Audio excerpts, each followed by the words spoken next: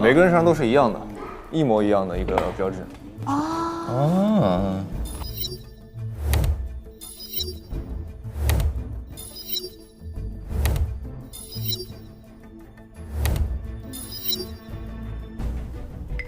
所以这啥意思？啥意思？你不清楚吗？就是啊，你不清楚吗？我清楚的很啊，我。小杀手。后面找到的证据就是一个密码箱，这还有一个盒子，这是个密码锁，5个嘛，拼音啊。这里有那首诗。然后还找到一张牛皮纸，牛皮纸上就是我们常听到那首歌。忙活街，烛火夜，无可奈何永循环。逆水者，故里归。星月之夜分两界，众游魂莫回头。往前走来应执念，船儿翻，春在后。正推里面人儿跌，寒冬过半身边，不识亲人真奇怪。这是诗前半部分的，后半部分还有一个提示是前为天后为地，天地相见真象现，然后是一个字谜，可以看一眼。重组首字母谁写的？上面原本就有的，然后同时是发现了一个5位数的密码，是一个英文字母的。是爱丽丝门。不能吧？然后还有一个是溜冰场里边，溜冰场里面，对，发现了一个日历。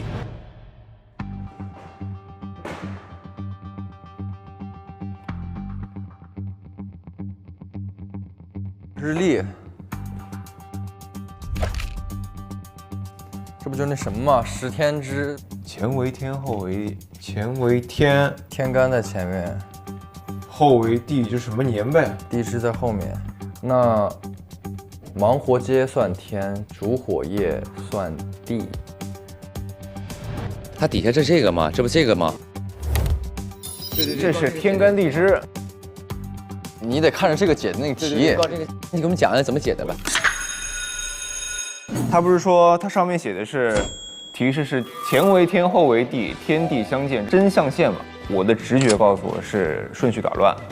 然后说到了天干地支，我就把日历上面的10天干跟12地支都排了一下，前一句都是天干为标号，所以说从忙活街开始到不识亲人的10句话都用天干的甲乙丙丁戊己庚辛来标一个号，分别是10个天干。后面的半句都是分别是前10个地支，从上到下的排序，然后它后面有一个甲酉见乙卯，然后就从各个标号开始重新排序，重新调之后就组成了一首新的诗。忙活街真奇怪，无可奈何分两界，船儿翻人儿跌，星月之夜烛火夜，逆水者故里归。正推里面永循环，众游魂应执念，不识亲人半身边。寒冬过，春在后，往前走来莫回头。这是重新组合的一个诗，它的意思也变了很多。我把它重新组合了一下，就是4句一行诗，正好是一个5句的诗。然后这个密码箱呢是5位数的密码，英文字母的组成，就对应了首字母的开头。忙船逆重寒。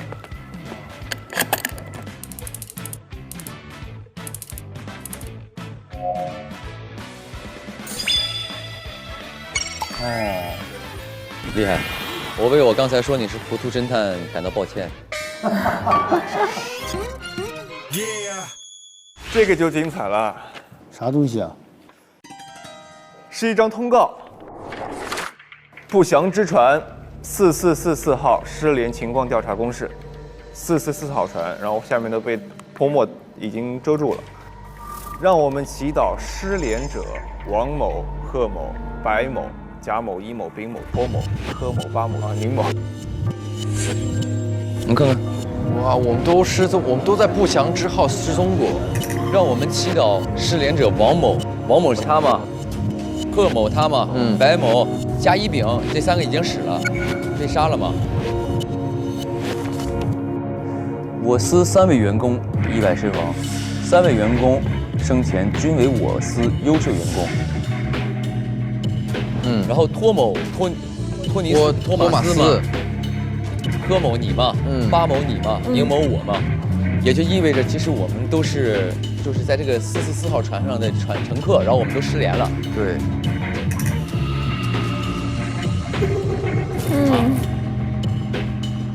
那他这泼墨盖掉的是什么信息呢？应该也是非常这得靠猜了。时间线啊什么的吧，是不是？它应该是船帆的经过以及当时整个事故的一个陈述。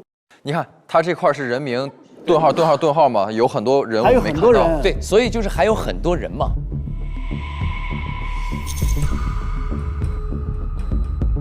所以我们在这个镇子上所有的人都是已经失联的人。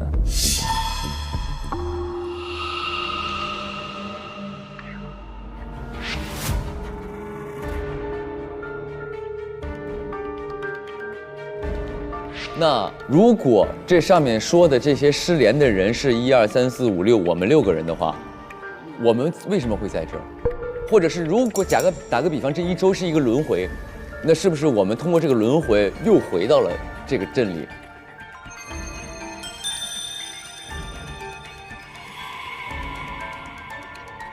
所以我们其实是什么？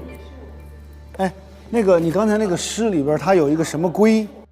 有，这是我重写的啊，重写的嘛。对，船儿翻，人儿什么？人儿跌，人儿跌星月之夜，烛火夜，这句话其实就是帆船失联的一个。溺水者故里归，故里归，故里归，是不是就回来了？我们回来了啊，震推里面永永循环，这在这里边循环了。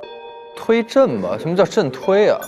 明明是震对啊，推震啊，推震啊，震推反着的，和推震，震推。就所以我们处在这个世界就不是真实的世界。所以我们现在存在的空间应该是要正推。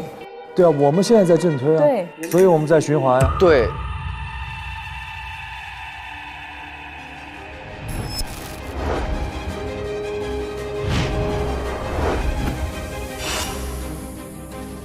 然后你看，众游魂因执念，不识亲人伴身边。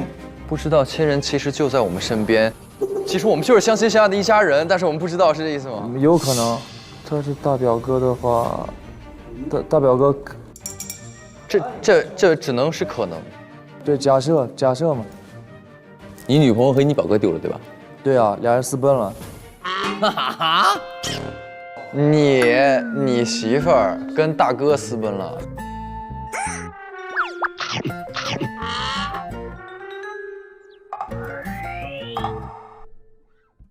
你别带着大家乱搞了，等会儿都糊涂了。你小杀手，小杀手你，我以后今天我不叫小杀手了，你就是个弟弟，你就是个弟弟。还有证据分享，继续。哦，还有一个就是没有解开来的证据，那个6位密码箱，应该是代表我们6个人各解一个吧，然后每个是3位数字的。我们假设这死者就是咱小时候接触过的这小孩儿，那么他这么爱我们6个人，这6个密码他设的肯定跟我们6个人有关系。3位数的密码和人有关系的能是什么东西？生日啊，日子、节日之类的，吧。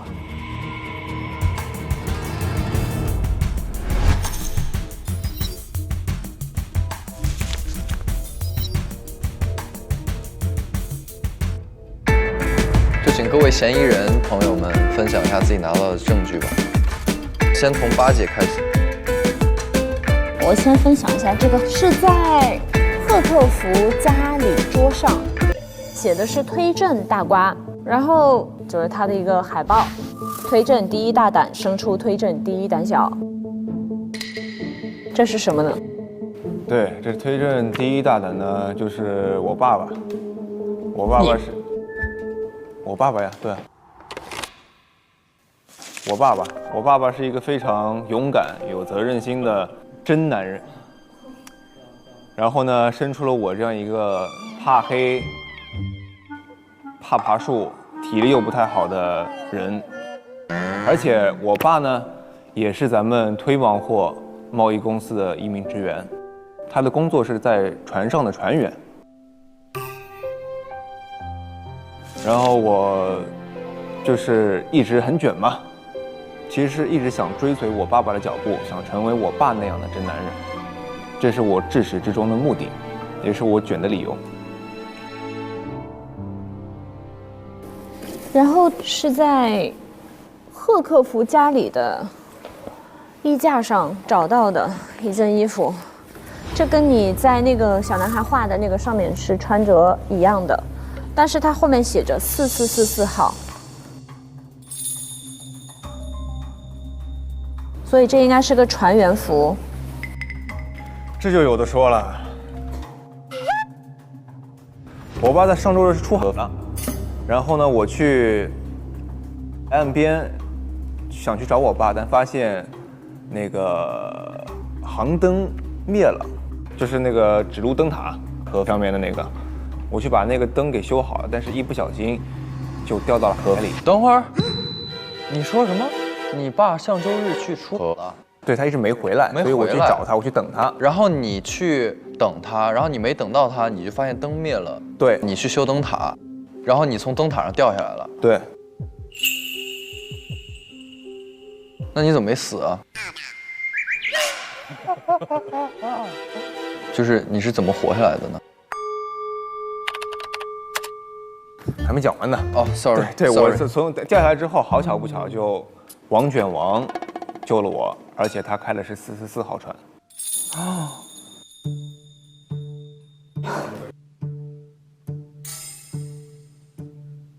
我那件衣服怎么回事呢？我是穿着这件衣服去的，我是在船上一不小心摔了一跤，正好是它的油漆没干，就沾到了我衣服上，然后我就回去了。回去之后我就再也没见到我爸。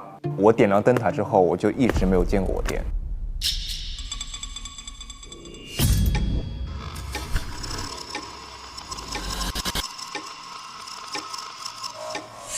那个3号是一个箱子，是从您家衣柜最下面找到的。然后这箱子没打开啊？啊，你可以试试开一下。这，哎呦，哎呦，吓我一跳。哦，它里面就是有一些小玩具，铁砂掌专用。还有一个眼罩，还有一个绳子，天井蹦极专用，然后还有个眼罩，眼罩写着摸黑专用。林团长，哎，这在你们家找到的，这啥意思啊？这个？哎，这事儿说来话长了。为什么说我是推毛货最浪的叔嘛？因为我比在座的各位年纪都大，在下今年46岁。那你比我小啊，我51。是的哥，你这还要来冒充老大？你没有，叔嘛。然后呢，35年前的时候，我的表弟家里因为变故也来到我家了，以下就称之为我二弟。30年前呢，也就是我三弟啊出生了，三弟出生了。然后我作为大哥呢，我父母都不在了，所以呢，我这个做大哥的就独自抚养二弟和三弟。大表哥，大哥，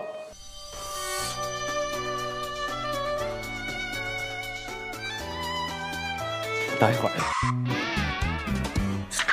在26年前，我有了一个儿子。啊，我儿子有一个特点是什么呢？就是胆子非常小。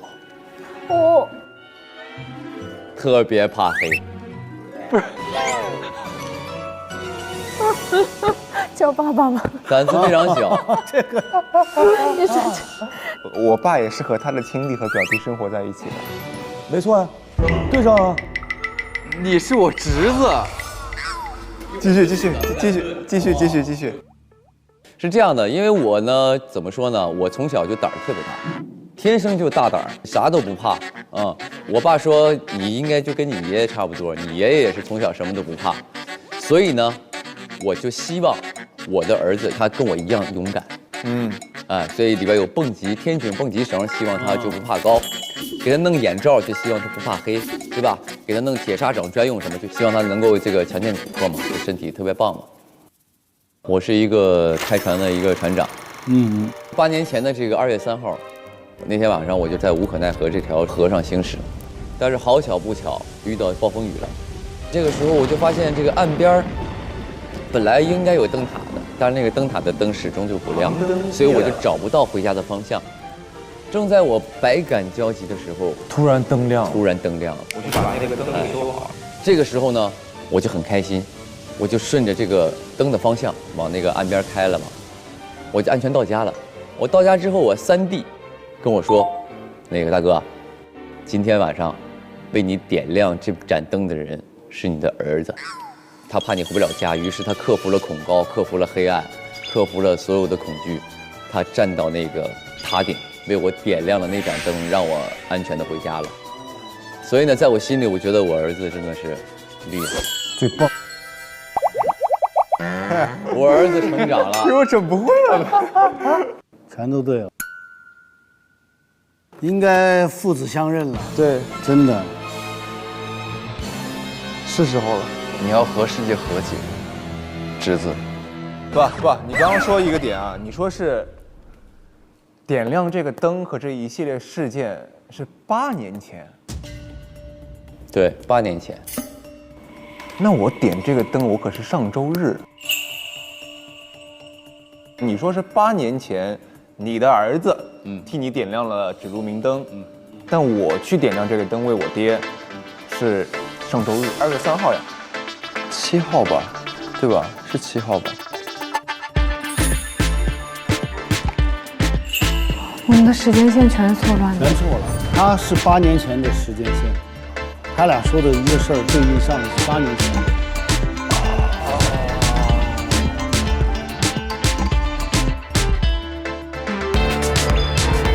日历。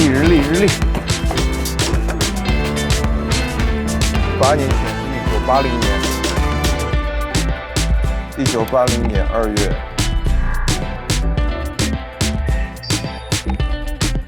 3号是周日，1988年的2月3号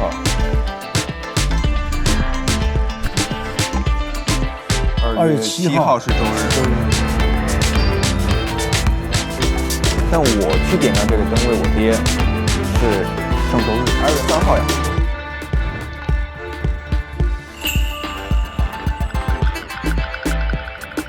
所以按理来说，就应该你如果记得是2月3号的话，那就是8年前的事儿。只有80年的周日才是2月3号。你为什么会记得上一周是2月3号呢？上周明明是2月7号呀。你是80年的人，你多大了？我18岁。现在啊，我18岁啊。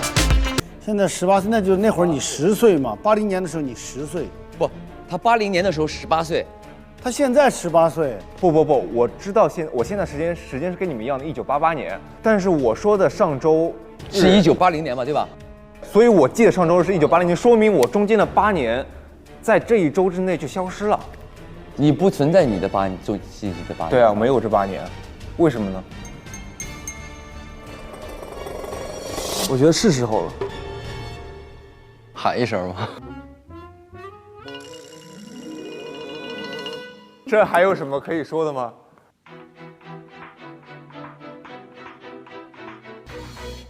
啊，这个人就是爸。好儿子，终于见到了。好儿子，这么帅气，果然这个身高是继承了我啊，可以啊，这个不错，这小侄子不错。小侄子挺好，我到现在都记得你勇敢的登上那个灯塔。Nice。哎，就是这样的。今天我觉得有一个冥冥中的注定，咱们3个人都是白头发，对不对？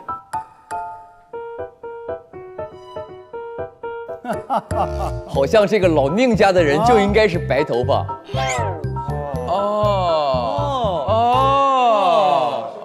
啊，你们是正经亲戚，18岁你就白成这样了。你不是正经亲戚。那你小凶手故意把头发染黑了，小杀手。没有，他是我们自家人，算了，抱抱他先。现在他是我表弟，啊，我密切的关注你的一举一动，今天。小弟你注意点啊，小侄子你给我注意点。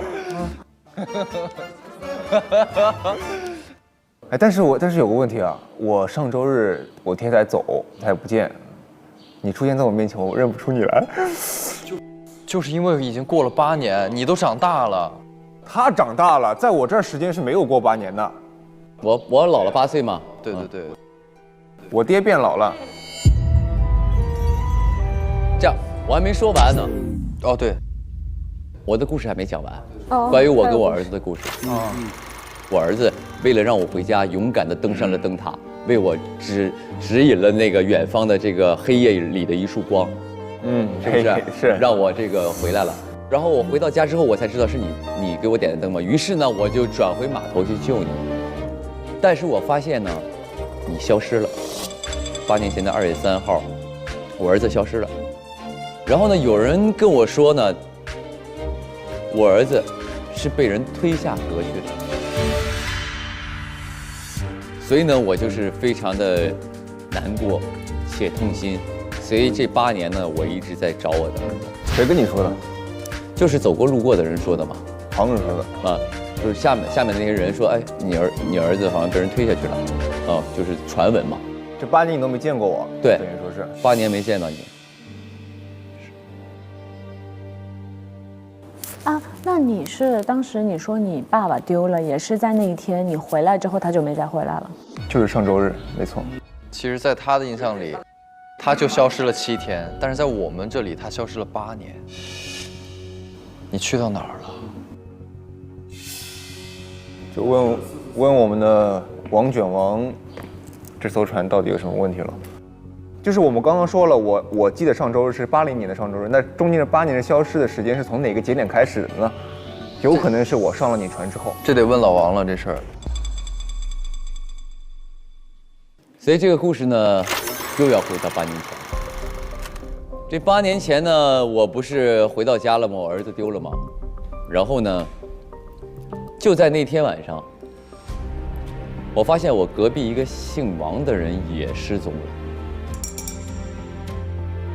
他育有1儿1女，然后呢，我就觉得出于好心嘛，这2个小孩，他一个17岁，一个10岁，他们也很难在这个社会上生存下去。于是呢，我就把这2个小孩带到我的家里，就由我跟我表弟还有我3弟，我们3个人现在成年了嘛，我们3个人赚钱养着这个姐姐和这个弟弟。这个姐姐呢，就是给他钱供他上外边上大学去了嘛，然后他又很难得回来一趟。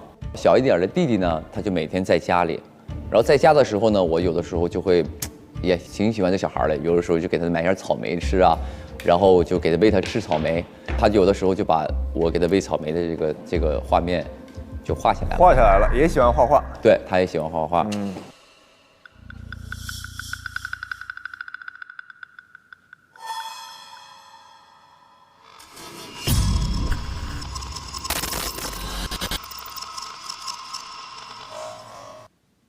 好，第4个证据也是在您家书桌上贴着的一个推证日报，上面写着“明船长火烧总经理家地下室，总经理背锅放弃追责，火灾案是否另有隐情？”然后上面用一个红色的笔勾画了“总经理背锅”这个5个字，包括他还写了一句话是“天涯海角至死方休”。天涯海角至死方休。你跟背锅有仇啊？有过节啊？为什么说跟这个背锅有仇呢？今年2月1号的时候呢，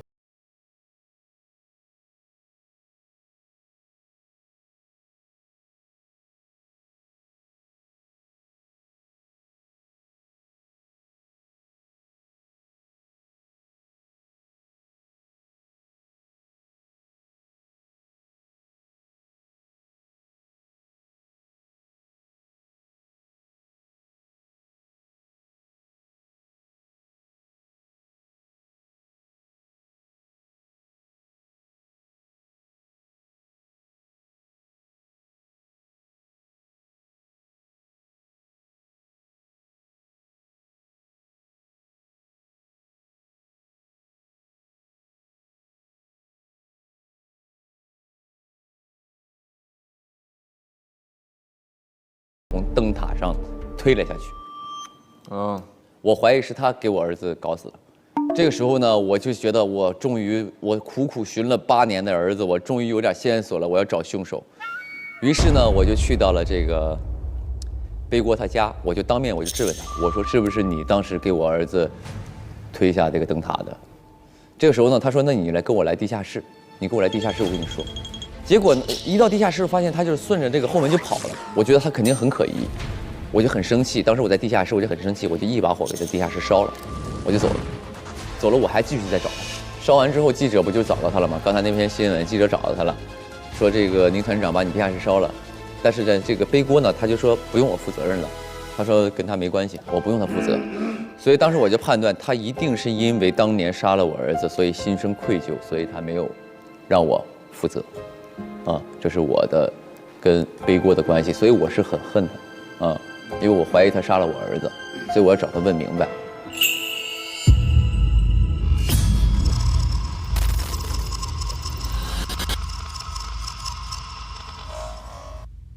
然后还有第5个证据，也是在您家人抽屉里搜到的，是一个登船凭证，推忙活外贸公司的登船凭证，显示是2月7号，但没有写年份。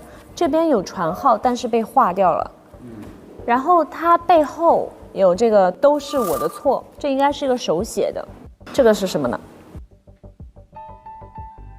2月7号的时候呢，我就怎么说呢？因为我一直在找这个背锅嘛。上周日，也就是2月7号。有人跟我说他会上船出河，要行驶在这条无可奈何上，他要上船。